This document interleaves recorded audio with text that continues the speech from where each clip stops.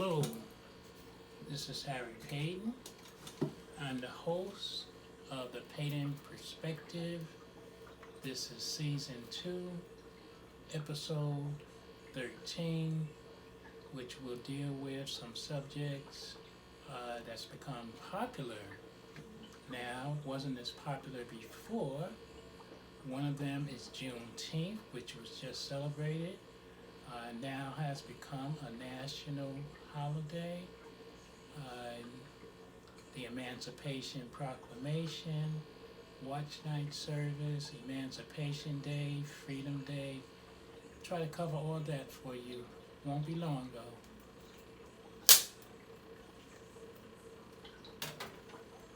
As I said, I've been one of those who was luckily informed of many of those relevant activities relating to black history and our experience in this country of America.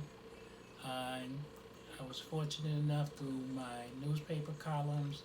At times I wrote for 5 different newspapers to spread that information, reach audiences, brought the information to my church on a regular basis, and shared it with anybody who would accept it. Now, a lot of that information is starting to become available thanks to the World Wide Web, known as the Internet, and that's a good thing because it puts our information out there. It wasn't out there before because the schools never presented that information. Most people will say, I never learned that in school. Well, again, it was purposeful that you didn't learn it before because the schools, they teach a curriculum that has been the same curriculum mostly for many years. Reading, writing, arithmetic, test to see how much you do and how much you know. And at some point, hopefully they'll revamp it to get more worldly. We should be teaching, or they should be teaching, social issues, social mores, like treating each other right, the diversity, and things like that. Those are the things that the school should be because to this day, I've never used algebra. I've never used trigonometry, geometry.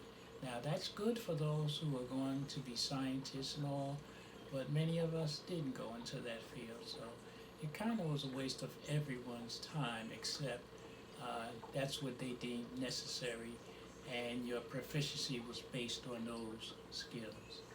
Anyway, I'm going to highlight some items that even today you still won't find in American history books. Believe it, even though they've now taken on things like Juneteenth, the history books have been, the history books, and you just can't change them. I served on the Board of Education. They have to go through the board curriculum. They have to be voted by the full board. They have to have the superintendent agree. A lot of those things are what takes place. But here's some of the things I'm going to try to cover. The Emancipation Proclamation. I was at a speech, and Brother Larry Ham, a person who's been fighting a good fight since he was in high school, and a lot of people, he asked who has read the Emancipation Proclamation, which deals with us as black people and our purported freedom. I guess I said that word correct. Well, it's debatable because some say that it gave us our freedom, but I'm going to tell you why. More exact facts needed to be known. Watch night services, if you are of the Christian faith, you certainly know what Watch Night Services is. Freedom's Eve and Emancipation Day, Juneteenth.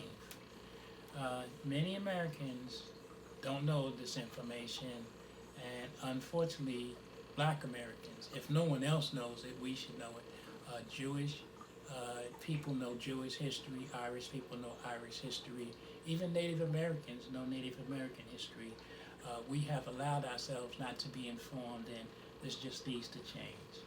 But moving back to the Emancipation Proclamation, As our nation approached the third year of a bloody war, the Civil War, between Union and the Confederate States, Abraham Lincoln issued the Emancipation Proclamation. The exact date in September 1962, September 1962, after the Union's victory at Antietam.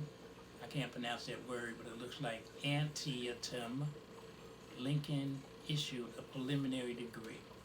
This decree stated that unless the rebellious states, which is the states in the South, returned to the Union by January 1st, 1863, freedom would be granted to all the slaves within that state. And that's profound because that's how they made their income.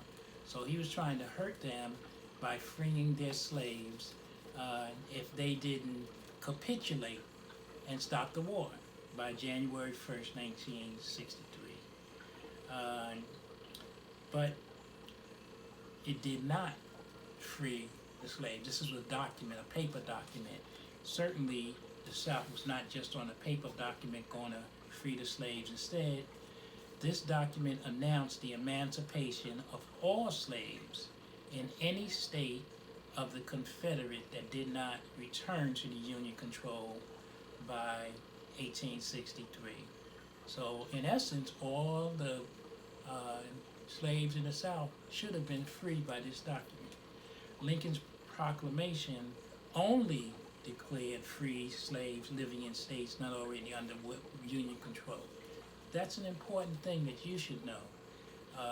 Our history didn't teach us that, but slaves under Union control, slaves in the North, their slaves wouldn't be free because they would still have to make a deal with those states, to give them some kind of reparations or something to free their slaves, because that was their buddies. This was the Union. Lincoln was part of the Union Federation. So thus the slaves in states under Union control were not freed by this document.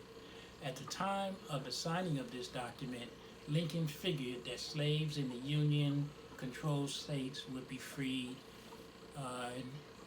if the United States compensated the slave owners for their property when the war was over. Here's another fact. Lincoln's proclamation contained the following words, and this is just something important. And I further declare and make known that such persons of suitable conditions will be received into the armed services of the United States to garrison forts, position stations in other places, and to man vessels of all sorts in said service. Those words allowed blacks to fight as soldiers in the Union Army. Previous to this declaration, blacks weren't allowed to fight. They couldn't serve as soldiers. And that was something that was mind-boggling because, in essence, we would have gladly fought because we assumed that by fighting for the Union against the South, we would become some kind of way free or, get some kind of respect. But prior to this proclamation, blacks weren't able. So with this proclamation, which is in the Emancipation Proclamation, blacks were able to sign up and fight with the Union Army. By the end of the Civil War, almost 200,000 black soldiers and sailors had fought for the Union and for their freedom. So again, understand, 200,000 men previously weren't able to fight. But with this proclamation, they were able to fight, be part of the war. These black soldiers proved to be an important part of the Union's ultimate victory over the Confederacy. Even though Lincoln's proclamation did not, in fact, Lincoln freed the slaves, this document did not, in fact, I deal with facts, free all the slaves because, again, it did nothing to free the slaves in the Union area. It was Lincoln's proclamation. It was a catalyst for change. History records the official, the actual freeing of the slaves, at least on paper. The end of slavery in America came with the adoption of the 13th Amendment, which took place or was recorded December 1965. So you see the difference, 1862, 1863, but 1865 was when it was officially adopted as the 13th Amendment to the Constitution, which is our law, in essence. And the 13th Amendment made it illegal anywhere in the United States to have slaves. Now, let's talk about watch night service. Many of us, myself included, know of watch night services because it's part. I'm a Baptist Christian, and watch night service is important. We go to church that evening, usually around 10:30, have a service. There are many testimonies to the good things that happen, sometimes testimony to things that might have taken place that weren't so good. But in essence, we are singing praises to the Lord God Almighty and asking for His good blessings as we bring in the new year. So watch night services take place on December the 31st of each year. Again, I've been a part of 30 plus watch night services, and I couldn't imagine missing a watch night service. There was nowhere I would rather be on December 31st than praying to the Lord and thanking Him for bringing me and hopefully my family to the point of December 31st, which is the official last day of the year. Now, many of us thought that this was an exclusive, myself, to the black community. But actually, watch night services have been traced back to the Methodist churches and Methodist Christians as early as the 1700s. And they had the same type services, but it took a different significance. They had watch night services related to their beliefs and under the Methodist Christian doctrine. But watch night service did take on particular significance to the African American Christian church on the eve of 1862. Remember, that was when Lincoln put forth his Emancipation Proclamation, and many of the slaves gathered in that church because in the South they figured he made the proclamation, tomorrow we will be free. So December 31st of 1862, those in the South gathered in their churches, respective churches, to bring in that new year because it was their belief that they would be free. So that's why it has still been carried on as our tradition, but history has proven that they didn't become free as of January 1st. The war was still on. The northern slaves had not indeed been free, and the southern slaves weren't freed based on a paper proclamation. After all, the South was still in a war, and they didn't just, again, capitulate and say, okay, bye slaves. No, they were still fighting, hoping that they could keep their slaves. So the very fact, this is a fact, I try to deal with fact, the evening of December 31st, 1862, it became known as Freedom's Eve, the eve of when blacks anticipated their freedom. And the watch night tradition has, for the last almost, if our math is correct, almost 158 years, because that was last year, 2020, and this year hasn't taken place. But watch night service for the last 158 years has been very important to the black community, African American history. Now here's another fact. This is about Emancipation Day. Emancipation Day, different than the Freedom's Eve, watch night, even the Emancipation. Emancipation Day is a holiday exclusively in Washington, D.C., and it's used to mark the anniversary of the signing, listen to this now, the Compensated Emancipation Act, which President Lincoln signed April 16th, 1862. It is held annually in the District of Columbia on April 16th of each year. I bet you didn't know. Bet you didn't know. I found it out, so I know, but I bet you didn't know. 9 months before the Emancipation Proclamation went into effect, January 1st, 1863, President Lincoln signed the Compensated Emancipation Act. Look it up. Compensated Emancipation Act, which ended slavery in Washington, D.C. This document freed 3,000 D.C. District of Columbia slaves by compensating the former slave owners who were loyal to the Union. So their process started right away. With the rest of the North, they didn't do that early, but I guess in Washington, D.C., the slave owners were in agreement. Give me money and you can have these slaves, and we'll give them the freedom. Legislation was signed recently, not that recent, but January 2005, to make April 16th an official public holiday in the District of Columbia. So in Washington, D.C., April 16th is an official holiday exclusive to Washington, D.C. Didn't know that, did you? So on April 16th, yeah, schools are probably closed, the businesses are probably closed, April 16th.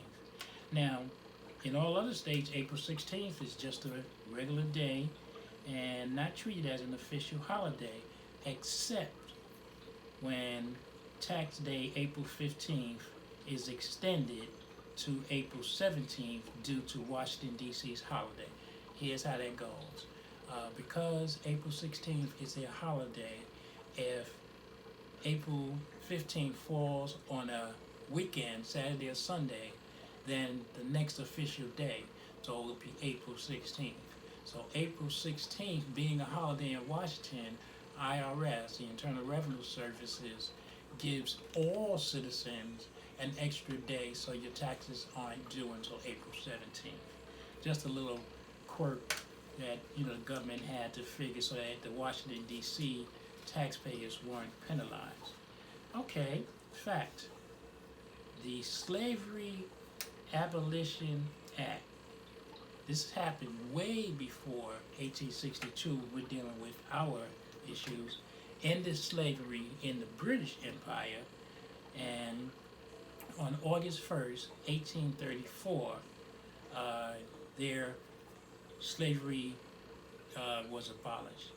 And for that reason, Emancipation Day is celebrated in many former British colonies in the Caribbean. Now, you have to know your history, that the British, one of the mega powers then, was the French, the Dutch, Spain.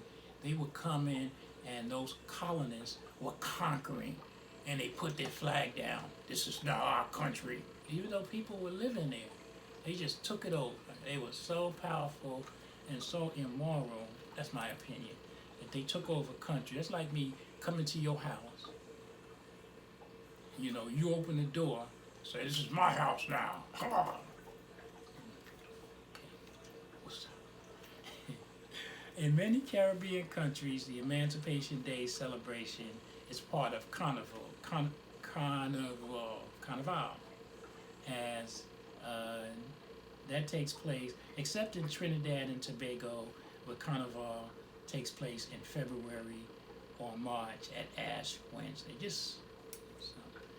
This month's final subject is part of our Emancipation Day, which anyone that doesn't know of this now probably, maybe lives in a cave or something, because Juneteenth has now risen in importance, and it's now not only a holiday in states, it's now a federal holiday. People will get time off from work. There were many celebrations. I was fortunate enough to attend one in the great city of Hillside. This day is celebrated because on June 19th, this is important, 1865, so remember those dates. Lincoln's Emancipation Proclamation should have freed the Southern slaves January 1st, 1863. But it took 2 years for Union General Gordon Granger. He rode into Galveston, Texas, and informed its citizens of the end of the Civil War. Now, the citizens that needed that information was the actual slaves. The slave owners knew that. They knew that the slaves had been freed, but they didn't tell them. It's like me being a slave owner and you being my slave, and slaves were freed last week. I'll tell you. You don't know. There wasn't no newspapers, wasn't no internet, wasn't no telephones. So that's why Juneteenth is important. 2.5 years after Lincoln signed the Emancipation Proclamation, General Granger's order number 3 finally freed the last 250,000 slaves who had continued to be enslaved because of minimal Union presence in that region. In Texas, again, that's a southern state, very powerful. There wasn't a whole bunch of Union soldiers there because they were in danger, because that was a bastion of a stronghold of the South. June 19th has been shortened to Juneteenth, just kind of a, like Ben and Jana, or however those people call themselves. 47 of the 50 United States had recognized it. That was prior to this month. But now it's recognized in all 50 states. Why? Because it's a federal mandate. So now Juneteenth is officially a holiday, and that's just some of the background on why. To many in the black community, Juneteenth is our actual Independence Day. And the reason being is that July 4th, that didn't free us. Even though it had wording, that all men were created equal. At that time, they didn't consider us men or women. I hope the information I've supplied, it gives you some facts. I had to rush through it. I don't try to make it long because people don't want to hear a whole bunch of long presentations. Our history begins in Mother Africa. We, all educated people, not just black people, must know the difference between black people's true history and the history America would like us to believe is black history. America and other countries became great on the back of blacks through slavery. I am an educated black man of African heritage, born in America. I know my true history, including America's cruel and unhuman treatment of my ancestors. It's very important that we learn our history. It makes me cringe when they say, they didn't teach us. Well, that may be true, but we now, especially today, should be teaching ourselves, just like I'm doing. You think that at the last, no one pays me to do this podcast, but I want to educate those out there who are interested. Now, some people, they won't watch it. I can't help that. If I educate one person, I've done my job. I'm not looking to be YouTube famous and all that. I'm looking out to spread the message of my people. And thank God I'm able to do that. Also, the other way that I'm able to do that now, I did it through my columns for 30 plus years. So really going further than that. Back in high school, I started writing about black history. But now, I have my book. And it's called Now You Tell Me. History/facts not taught in most schools. I don't want to make it, so that all schools, because there may be some schools that teach it. And I cover subjects, the real truth about Africa, black buying power, history of HBCUs, historically black colleges and universities. I talk about the true Native Americans, not Tonto and those that they wanted us to learn about, black cowboys. Yes, there were many black cowboys integral to the West. Black codes. I have a chapter on surviving police while black. I have information about our Hispanic heritage, our Latin and Hispanic brothers and sisters. I have women's history. There are 30 chapters, but even more important than the 30 chapters in my book is a bibliography of 30 plus books that give great information. So again, there's no excuse. If the schools don't teach it, nothing I can't fight that battle anymore. They weren't teaching it way back when I went to school, though I was part of a group that was instrumental in getting African American studies when I went to school. So we had it at my school. I was part of the student activists that made sure we had it. Unfortunately, it was taught by a white teacher, but he was a great teacher, so I don't take anything away from him. But that just shows you the problem that was back then. They didn't have a black teacher because many of our teachers weren't black. But he taught it well. I give him credit. Many were upset. How can this white man teach African American history? Well, he did. History is not, history is colorblind. A white person can teach black history. Those of you who don't think so, sorry if you don't think so, but I know better. Thank you very much. My book is available on Amazon.com. Put in my name, Harry, Harry, the last name Paden. 2 books on there. If I can ever stop being so lazy, I will continue to write. I have more books. I'm going to put a companion piece out too. Now you tell me. I hope that you were able to learn something. If you as an adult are not interested, pass the information to your children. We will never be free if we don't take our freedom. Those who don't know their history are doomed to repeat the errors of the past. I'm paraphrasing, but that's what it is. You don't know your past. If you put your hand on the stove and you don't know that the stove is hot, and you will go and burn yourself. I'm just totally messed that up. But you touch the stove. That's history now. You've touched the stove and it was hot. Then a fool will go back and touch the stove again. So knowing your history can prevent you from making mistakes. Bye. Don't want to ramble. To God be the glory.